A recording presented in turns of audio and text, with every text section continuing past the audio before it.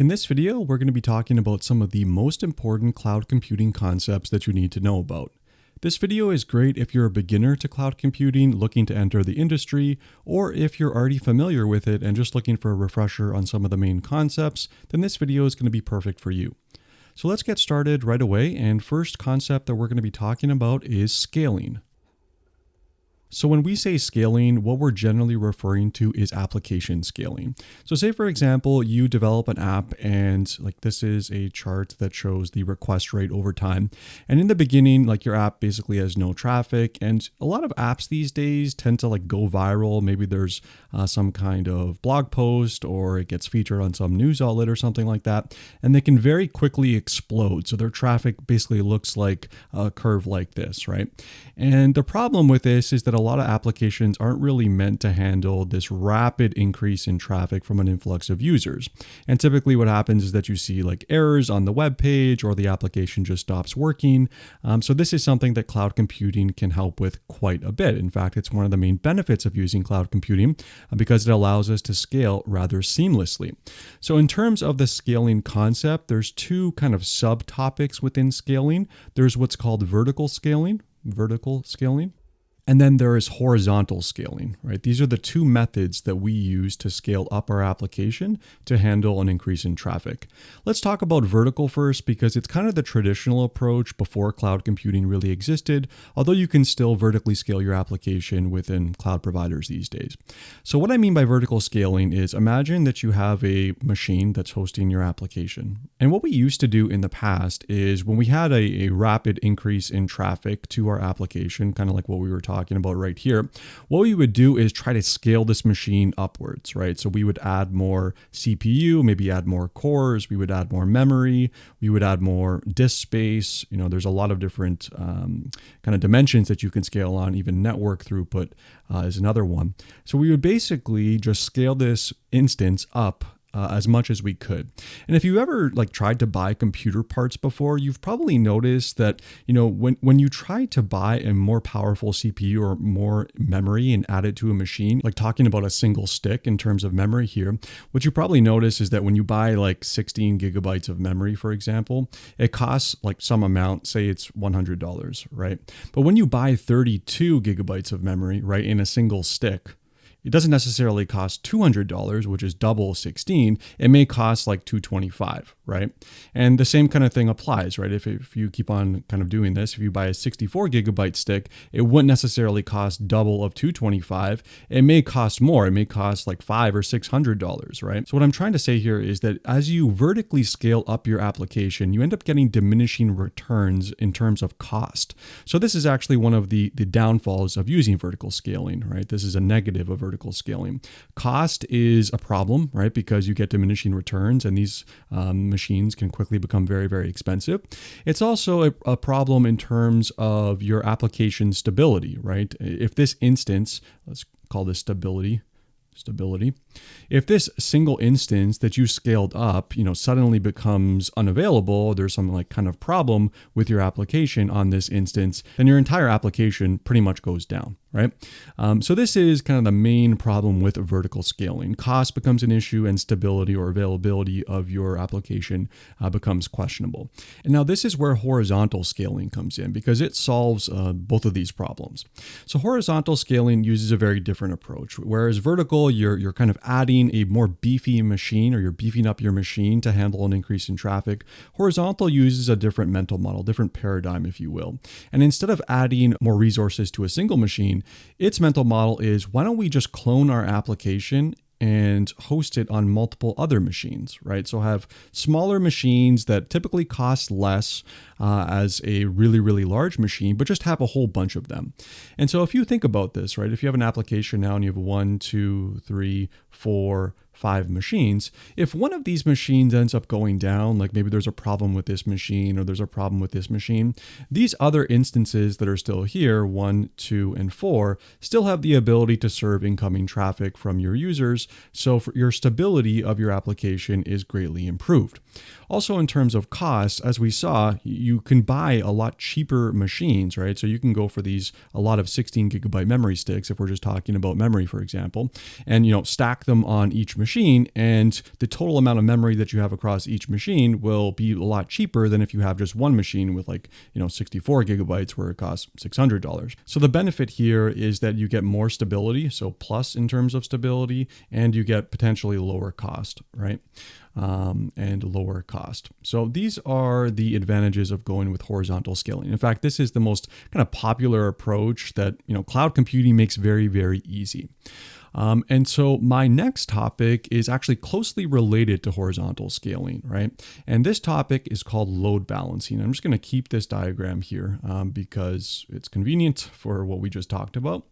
And let me just erase a little bit of the arrows so I don't confuse you. Sorry, this is a new app that I'm drawing with these days, so I'm still learning it. Okay, now load balancing, what does this refer to? Now, we saw that, in the vertical scaling example, if you have a single host, and this is trivial, right? How you distribute load to your application. It's just going to a single host or a single machine. But now on the right-hand side here, since you have multiple machines, how do you send traffic to each of the corresponding machines, right? How do you monitor whether or not these machines are healthy? And how do you know whether or not, if a request comes in, you should send traffic to it? This is what load balancing is all about. And what it essentially is it's a layer that sits in front of your application, right? And it has a DNS or an IP address that's associated with the load balancer. And when a request comes in, it essentially distributes the traffic to one of the available hosts that are in this kind of virtual network. So in the example that we have here, if a request comes into the load balancer, it may pick number 1 in this case, right? Because it's currently available. Or it may pick number 2. Similarly, it would not pick number 3 because it's unavailable, right? Or it could pick number 4.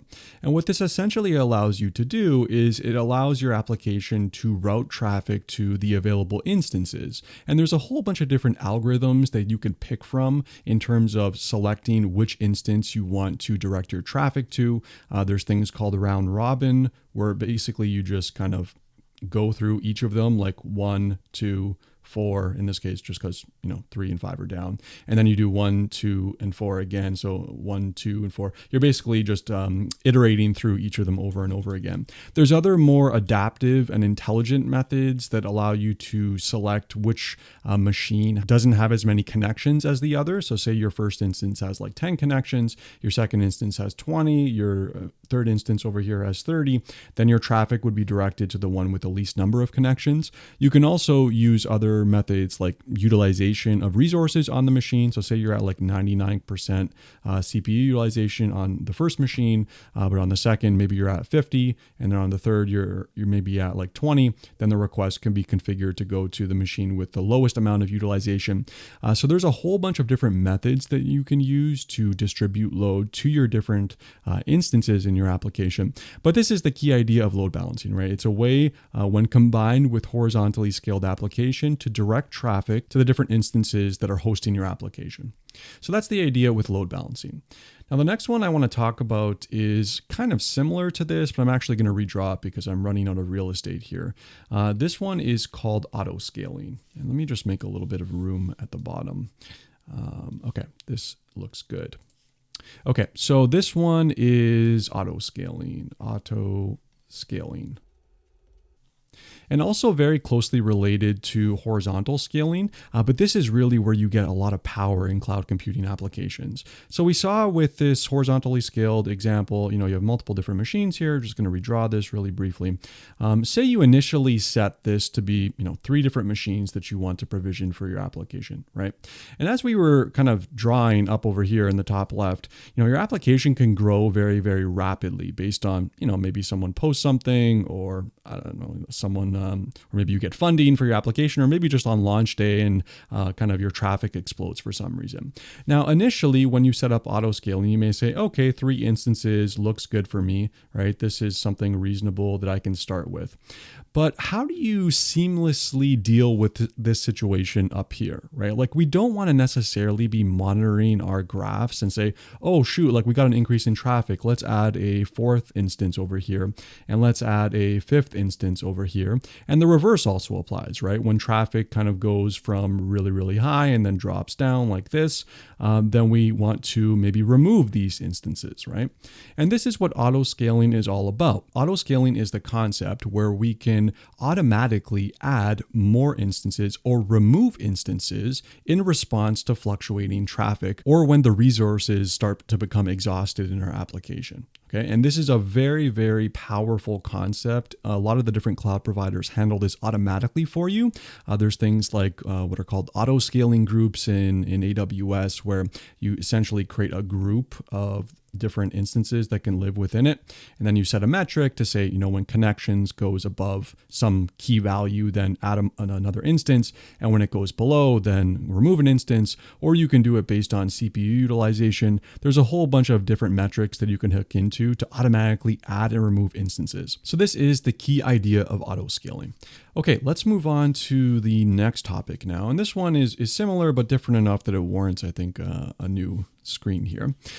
This is serverless, and this is a very popular topic these days, and kind of a how do I want to say this? A little bit of contentious topic, because it started with a certain definition and it kind of changed over time. There's been a lot of blog posts and articles about like what serverless means these days. It's kind of like a bit subjective, but I can tell you what it originally meant and kind of what it's devolved into these days. So when we said serverless in the beginning, actually serverless became a really popular concept with AWS Lambda. Maybe I can just tell you the history of this, and this will probably make more sense.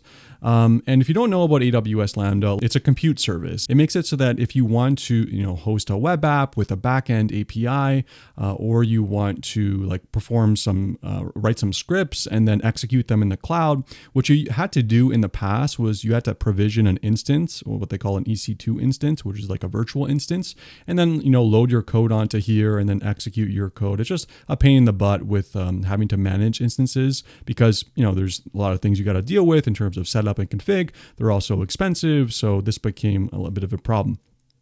And what AWS Lambda did that kind of revolutionized this mental model was that, most people don't necessarily want to worry about provisioning or setting up instances and then maintaining the security of them and all the networking configuration and that. What people really just want to do is they want to write code. Right? They want to write code, and they don't necessarily care where it's executed, what instance it's on, or what machine. They just want to write their code and run it.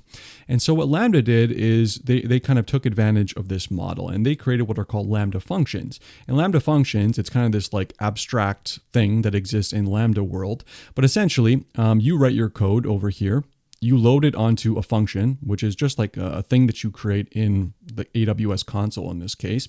And then you don't know about like the underlying EC2 machines that are executing your code. It could be one machine, right? There could be a single machine here. It could be multiple, right? Could be like 2 or 3, for example. But from your perspective, like you're just executing your code, and you can hook it up to like REST APIs or applications. And then the Lambda service is kind of distributing your traffic to the underlying EC2 instances on your behalf, and then kind of scaling them up or down depending on your usage. So this is what the idea of serverless originally was, right? It was the idea where we can create this function, as we used to call it, which is this center entity here. And then we don't have any concept, any idea of the underlying infrastructure that's beneath it. And we just essentially worry about writing our code and our business logic in our application. So this was kind of how things were for a really long time since Lambda got started. But this has kind of changed recently, and it hasn't been like officially declared by AWS in this case, but it has been changed in the way that they're using the serverless term to describe a whole bunch of new features that they're releasing across different AWS services. And let's take an example of this. There's a service called AWS, let me get a different color, OpenSearch, right? OpenSearch, which is Elasticsearch, if you've ever used that.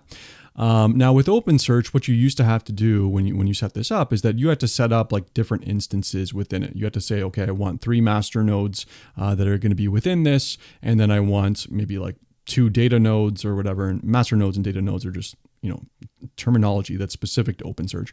But you had to like set this up and then configure it, and then OpenSearch would hook into it. And then this is kind of like how you would originally do it. And this is not considered serverless, by the way. This was kind of like the traditional model. So what AWS decided to do was kind of adapt this model slightly. And what they essentially said is that, okay, we're going to make it so that you don't necessarily have to worry about any of the underlying instances. We're just going to create a version of OpenSearch where it kind of scales automatically to rapidly increasing traffic, and when your traffic drops down similarly, right? Now, the problem with this is that like this would be great if under normal circumstances, you only paid for your usage. You only paid for like number of executions, for example, but that's not the model that they use. Like pay per use is how they do it in the AWS Lambda world, and also DynamoDB, which is another kind of serverless service. So with OpenSearch, what they did is like they're calling this feature serverless, but what you still have to do is pay for the number of underlying instances, right? So say when we're over here, right, in this graph, you'd have like 2 instances, right? And maybe these instances cost like $100 per month. So you'd pay like $200 prorated based on the amount of time. And then when your application scaled up, maybe this will go up to 6 instances. So now you're paying $600 per month prorated for how long you're using this amount of infrastructure. And so this is what they're calling serverless these days, which is kind of confusing for most people and not something I'm a particular fan of, but this is what serverless is kind of starting to become. So when you hear the term, just be careful with it, because some people use it in the old context. Some people use it in the new context, especially if you like look at AWS announcements. They like to call like, oh, everything is serverless these days. But that's not necessarily the case. Like AWS Lambda is a good example of how serverless should work. But this whole kind of OpenSearch model where you're kind of paying for the underlying infrastructure, but you don't have to manage it, is not really serverless, at least in my mind. Okay, let's move on now. The next topic that I'd like to talk about is something called event-driven architecture. And sometimes you'll hear this as its acronym, which is EDA, or event-driven architecture. But in order to understand this, let's talk about how we used to kind of communicate with other services or applications in the past. So say you had an application, maybe it's like an order application, maybe it's like Amazon, right? So Amazon. Okay. And customers are placing orders, right? They're placing orders all the time. And one of the things that you need to do when you place an order, if you're Amazon, is that first you need to charge the customer, right? So you charge the customer. And maybe in order to do that, you need to call some like credit card service or something like that, credit card service. Right. And the next thing that you need to do is maybe you need to call some like warehouse service, to kind of see if there's anything in stock, or just confirm that there's something in stock, and then kind of kickstart the process to, start picking the order and packing it and all the things that they do. So this is kind of like a fulfillment or FC service. And then maybe you also have some like fraud and analytics kind of concept, right? So fraud, where people are placing orders, maybe it's with like stolen credit cards or something. So if you start the process of placing the order, you may want to interrupt it at a certain point in time if there's some kind of, fraud vector that's being abused here, right? So like there's fraud that could potentially be an issue. So what we used to do in the past, before this whole concept of event-driven architecture ever came up, was, an order would come in, and then we would synchronously call the different things in order, right? We would first try to charge the customer. Okay, if that returns success, great. Now we would call the FC service and say like, okay, start picking and packing the order. And then maybe the third thing that we would do, or maybe this is the first thing, we can kind of reverse the order if we want, is we would call the fraud detection service. This is what's called the request response model. So the problem with this approach is that it creates what we call tight coupling between your dependencies. Tight coupling. It means that the service that's over here, right, which is kind of the thing that brokers orchestrates rather the coordination across these different underlying services, needs to know about these different components, right? It needs to know how to charge a customer. It needs to know how to initiate a fulfillment for this order. It needs to know that like this fraud application exists and is listening for events, right? So this is like the request response model. And part of the problem with it is that like you have this tight coupling concept. And this is where event-driven architecture starts to come into play. So let me draw this out for you in the context of event-driven architectures to show you as a comparison what this looks like. Okay, so we're going to use the same kind of concept, right? So we still have our Amazon application down here. And it works in a very similar way. Actually, now I'm thinking about it, the diagram is going to look like very, very similar. But essentially the idea is that instead of the Amazon application or like the order taking application synchronously calling the credit card application and the FC application and the fraud application, essentially what it does is it sends a message to a notification engine, okay? And it basically will say, okay, customer placed an order. So it's going to send a notification to this piece of infrastructure, right? Usually in the context of AWS, there's two services that allow you to do this. The first one is called SNS, and the second one is called EventBridge, or EB for short. And essentially what this service will do, or what Amazon will do when it sends this message to this service, is be like, okay, here are the details for this thing. So it's order ID 123. It costs, $100. And a whole bunch of other metadata. Here's the customer ID, here's all the different things that are related to it. And it's kind of like an envelope. So you can think of it as like an envelope that contains the payload for the order that the customer just placed. And what happens is that using this model, the SNS or EventBridge service are able to distribute a copy of this message to any number of consumers that are currently subscribed to this piece of infrastructure, this envelope, so to speak, which is either an SNS topic or an EventBridge event bus in the context of AWS. And so what this allows you to do, and so to complete this picture, talking about our previous example, a subscriber of this data would be the credit card application. Another subscriber would be the FC application. Another subscriber would be the fraud detection application, and n number of applications that you can add, right? There's no limit to the number of like outbound arrows. We call this fanning out because you can fan out and add more dependencies as you wish. Now, the great part about using this kind of paradigm is that the service that kind of created the event, right, which was the order taking service in this initial case, no longer needs to know about any of the downstream use cases that are related to it, right? It no longer needs to care about the fact that like, oh, there's an FC processing service, there's a credit card service, there's a fraud service, or whatever service may come. So it allows for decoupling, right? Decoupling, which is the main advantage of using event-driven architectures. Now, you may ask yourself, okay, doesn't this introduce problems? Like if you place an order, right, and the credit card processing, like we fire a notification off, credit card processing system gets it, that succeeds. The FC processing system gets it, that succeeds. Within the fraud detection system is like, oh shoot, like this is not a valid order, it's actually fraud. What happens now? Don't we kind of need to somehow resolve this issue? Like we need to indicate to the FC service like, hey, stop what you're doing. Credit card system, go issue a refund for this or whatever it may be. This is true. It's actually like one of the complexities of using event-driven architectures, but there are ways around it. So what you can do is like distribute a new message from the order taking service that says, hey, this order was canceled, and then redistribute that to your downstreams. And then they can start like reversing what they did previously. Okay. So this is event-driven architecture, an extremely, extremely powerful paradigm in contrast with request response. And it's something that you see more and more of in cloud providers and cloud computing in general, because it allows you to seamlessly add new dependencies without the producer of the messages having to worry about it. There's two other terms that I just wanted to briefly touch on that are important in this event-driven architecture world. The first one is called publisher. Publisher. And the publisher is like Amazon in this case, right? It's the person that is producing the message. And the other one is subscriber, right? Subscriber. And subscribers are these categories of people over here, these categories of services. These are the consumers of your data or your information. And typically you hear this in short form. It's often called PubSub for short. So that's what these terms mean if you ever hear them in the context of event-driven architecture. Okay, so that's it for this topic. Let's move on now and talk about our next one. And again, making some more space for me here. Okay, for this one, we're going to talk about container orchestration.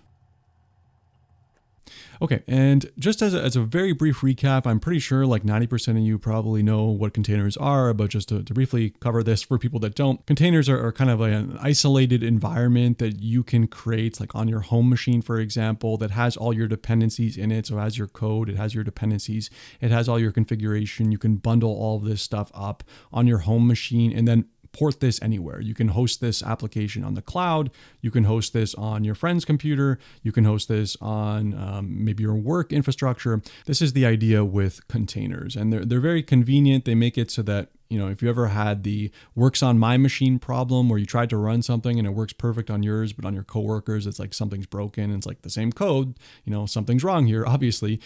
This solves that issue. And what container orchestration is, well, maybe it's useful to talk about the problem of not having container orchestration. So a lot of AWS providers offer you the ability to deploy your containers, right? So EC2 is a good service that allows you to do this. So EC2 is basically like rent a machine from AWS. And so what you can do as a user is you can, take your container from home and then deploy it onto your EC2 instance. And now like it starts receiving traffic and everything's going great, right? So this is like a very simple, trivial way that you can deploy your containers onto the cloud. Now the problem starts to creep up is what if like this container starts to fail, right? Maybe it's got like some problem with it. Maybe it's overused, or its usage is really, really high, or it's running out of memory in order to perform its function, or maybe it just shuts down for some inexplicable reason. You'd have to set up some process to monitor this and then kind of restart it over time, or you'd have to detect this and do it manually, which is a pain in the butt, something you don't necessarily want to deal with. Even the ability to deploy code, like to deploy code onto an EC2 machine for a container, is kind of complicated and non-trivial. So what container orchestration allows you to do is basically simplify this process greatly. There's certain services in AWS. ECS is the most popular one. There's also EKS for Kubernetes, Elastic Container Service, and Elastic Kubernetes Service. And essentially what these two services, they're two flavors of solving the same problem. What they allow you to do is say like, okay, you have a container that you develop and you want to host it on many different machines. So you can easily say, I want to deploy this onto 3 different machines for the same code. And you can also provision a load balancer for it to start distributing traffic, which we talked about previously. You can also define health checks to kind of check on these instances and replace them if there's ever an outage. You can automatically get behavior like if this instance ever goes down, then just remove it from the group so traffic will only start flowing to the remaining instances. There's also monitoring and availability functions that you can use as part of these different services. They basically make it a lot easier to deploy container-based applications, either for ad hoc one-time jobs or for services that are going to persist for a long period of time.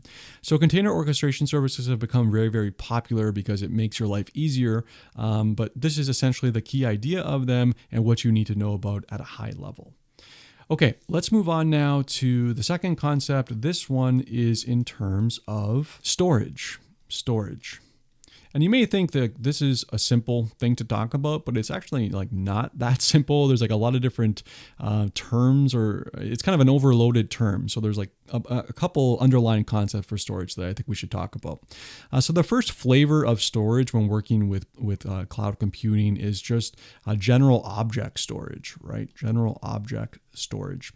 And object storage refers to things like, it could be media files, right? Could be media files like, MP4s, for example.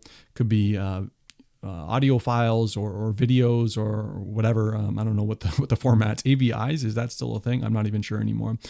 Could be JSON objects, right? So like structured JSON objects. Could be like CSV files that you want to store. Could be like a whole bunch of other things. Could be just like blobs or byte stream data that you'd like to store as an object on the cloud.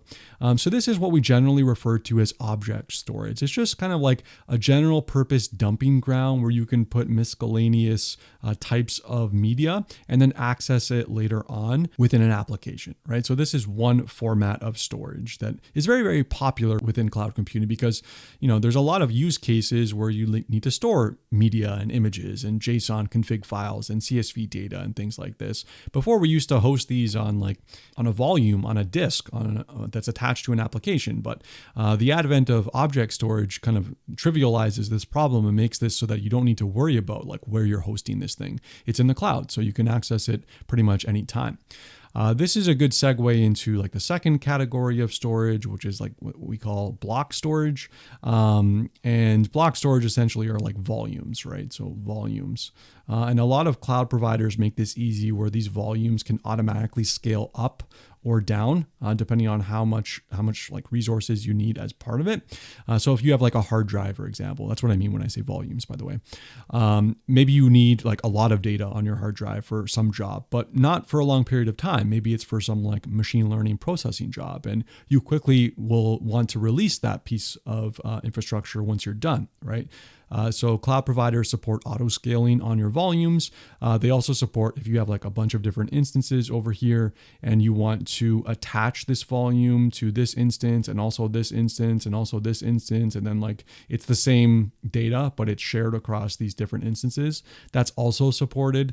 So this is what we refer to generally as block storage, right? Let me just erase this so I can clear up some space. Block storage. And then the third one is probably kind of like the most popular, which is databases, right? Databases.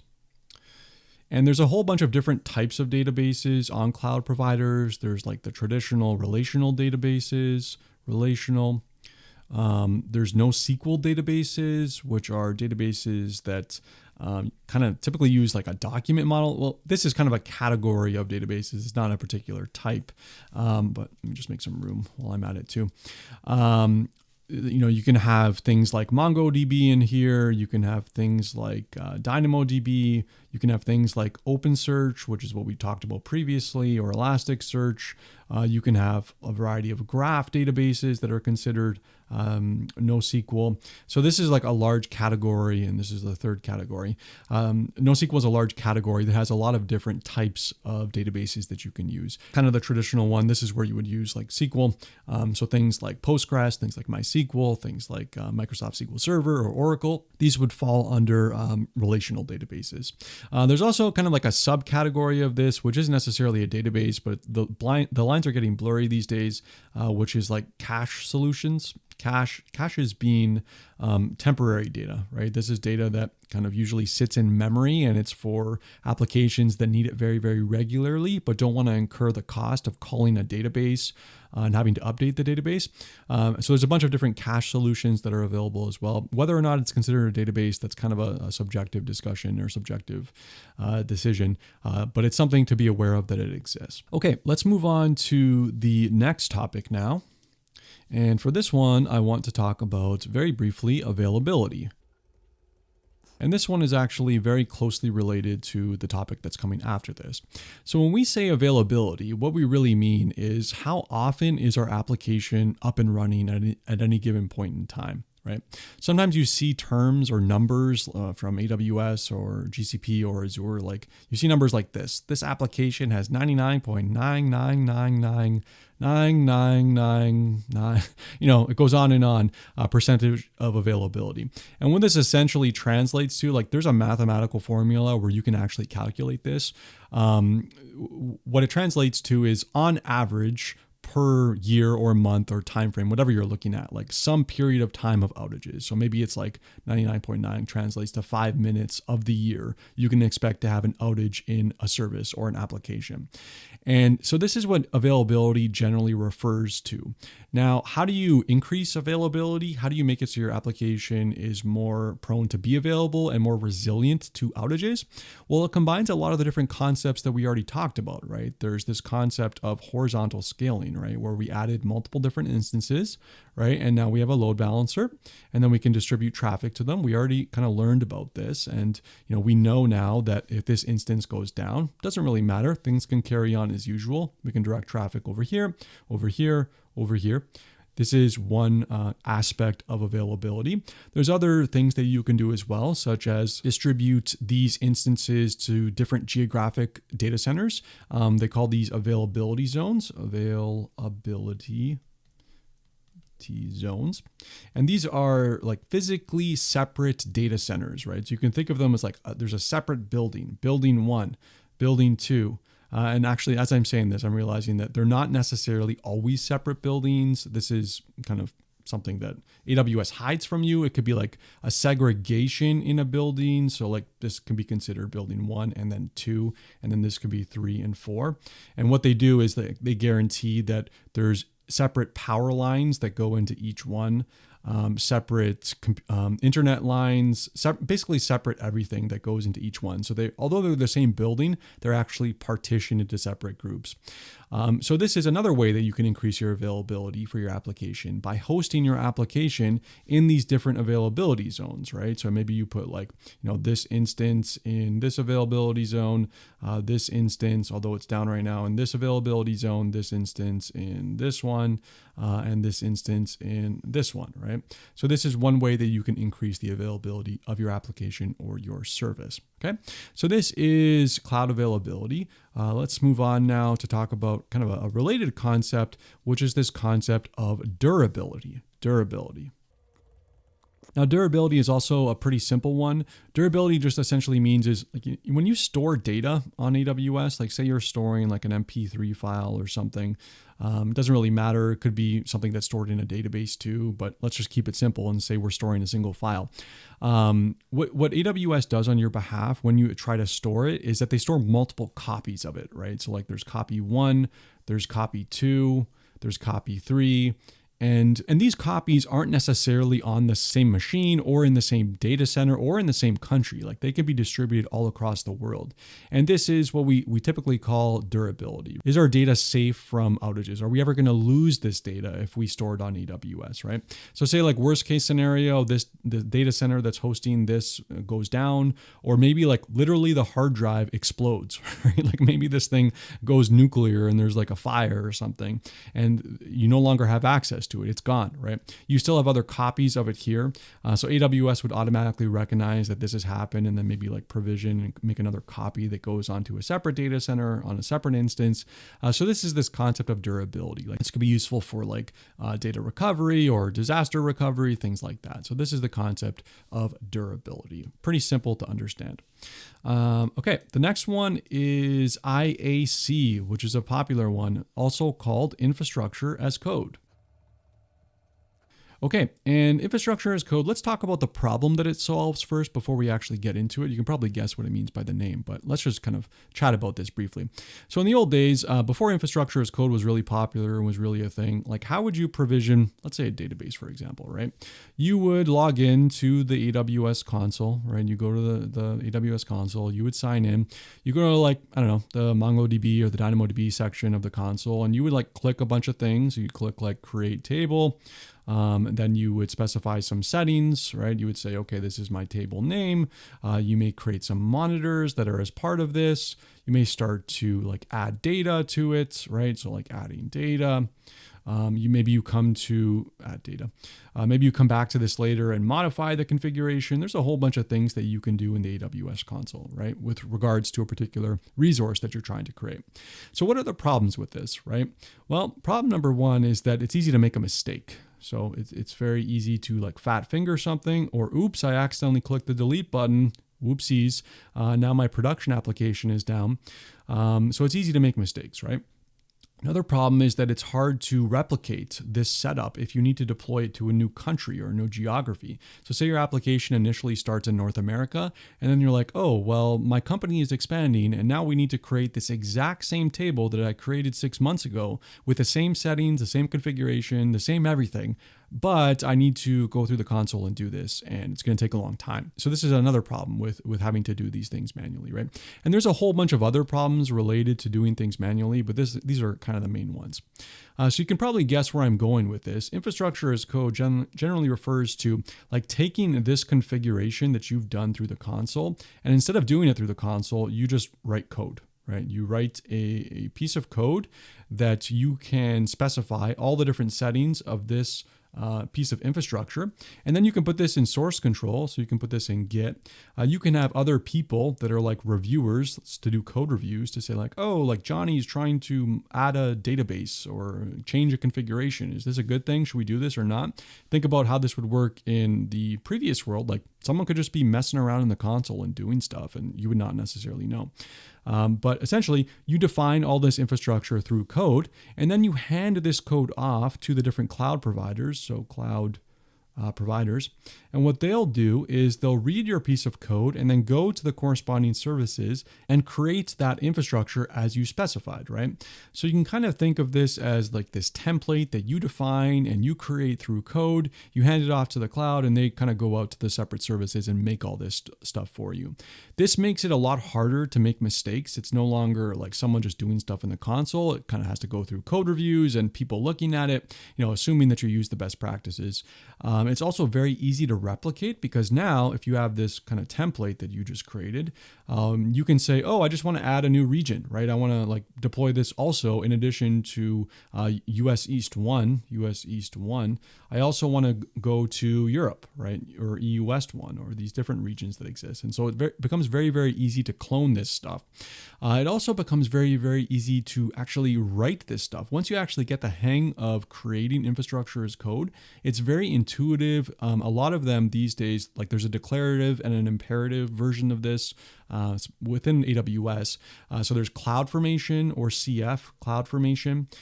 This, you use a template language, which is more declarative. So you say exactly what you want and AWS will go out and create it for you. And then there's another one, which is called CDK, Cloud Development Kit. And with this one, it's more like a programming language. So you have access to things like for loops, if statements, you can create conditions depending on what region you're in, then you want to specify some settings, or depending on if you're in beta or production or gamma or whatever it may be, maybe you want to set up the infrastructure, but with like a very low amount of resources so you don't incur crazy costs. So things like CDK allow you to do this. There's also third-party providers that aren't necessarily tied to a particular company. So things like Terraform. And Terraform are, they actually allow you to use different cloud providers using one programming language or using one solution. So Terraform can hook into Azure, can hook into AWS, it can hook into GCP. This is why a lot of people like Terraform. Yeah, okay, you guys can still see this, great. GCP. So this is another popular solution as well. However, if you're using AWS, I recommend CDK or CloudFormation, but CDK is definitely my number one choice. So this is infrastructure as code in general. This is the concept and the problem that it helps solve. Okay, let's move on now to the last topic for discussion. And for this one, we're going to be talking about cloud networks. Cloud networks. Okay, let's talk about a traditional network before we had cloud networks, just so I can show you a basis for comparison, right? So in the old days, when you had a company that you joined, what you would typically do is they would have a data center, either a data center that they had physically in their building, or they contracted it out to some company that would have their own data center. Let's go with the first example. Let's say okay, physically in the building, we have this server room, right? And in this server room, we can put our instances in there, right? We can add all our stuff in here, all our databases and everything. And then we can create subnets, right? We can say, okay, these instances are going to host application that's going to be outside world facing, right? So people from the internet are going to be able to communicate with these instances in this application, but these instances over here, right? These are private. So we're going to put these in a private subnet. You probably have things like databases, things like sensitive data storage that would live over here, right? So this is kind of like a traditional network, right? And it usually revolves around these concepts of subnets, right? And then security groups, which you say okay, these different types of instances are allowed to communicate with other things. So security groups, you would be able to say okay, this instance is allowed to talk to the database, but an incoming request, for example, cannot go from the internet to the database, right? You'd have rules that would specify that that is not allowed. Okay, so this is a summary of the traditional model. So let's talk about cloud networks and how this deviates, right? So cloud networks don't really have this problem, right? Well, they have this problem, but it's not really your problem in this sense. There's AWS data centers, right, that exist. And as we talked about, AWS data centers can exist. There could be many of them that you potentially integrate with, right? Let's keep it simple and just say that there's one right now. But, when you create a cloud network, so to speak, This all exists within the context of AWS or GCP or Azure or whatever, right? And essentially, if you consider this like white square to be all of AWS, there's many, many different customers of AWS, right? There could be me, which is like here. There could be you. There could be many different customers, right? And what a cloud network allows you to do is it allows you to isolate yourselves from one another. So maybe this is me, right? This is you. This is Jeff Bezos that has his own cloud network. This is, I don't know, someone else, right? And what a cloud network allows you to do is to isolate yourself. So you can say, okay, I'm going to deploy my resources into my cloud network, right?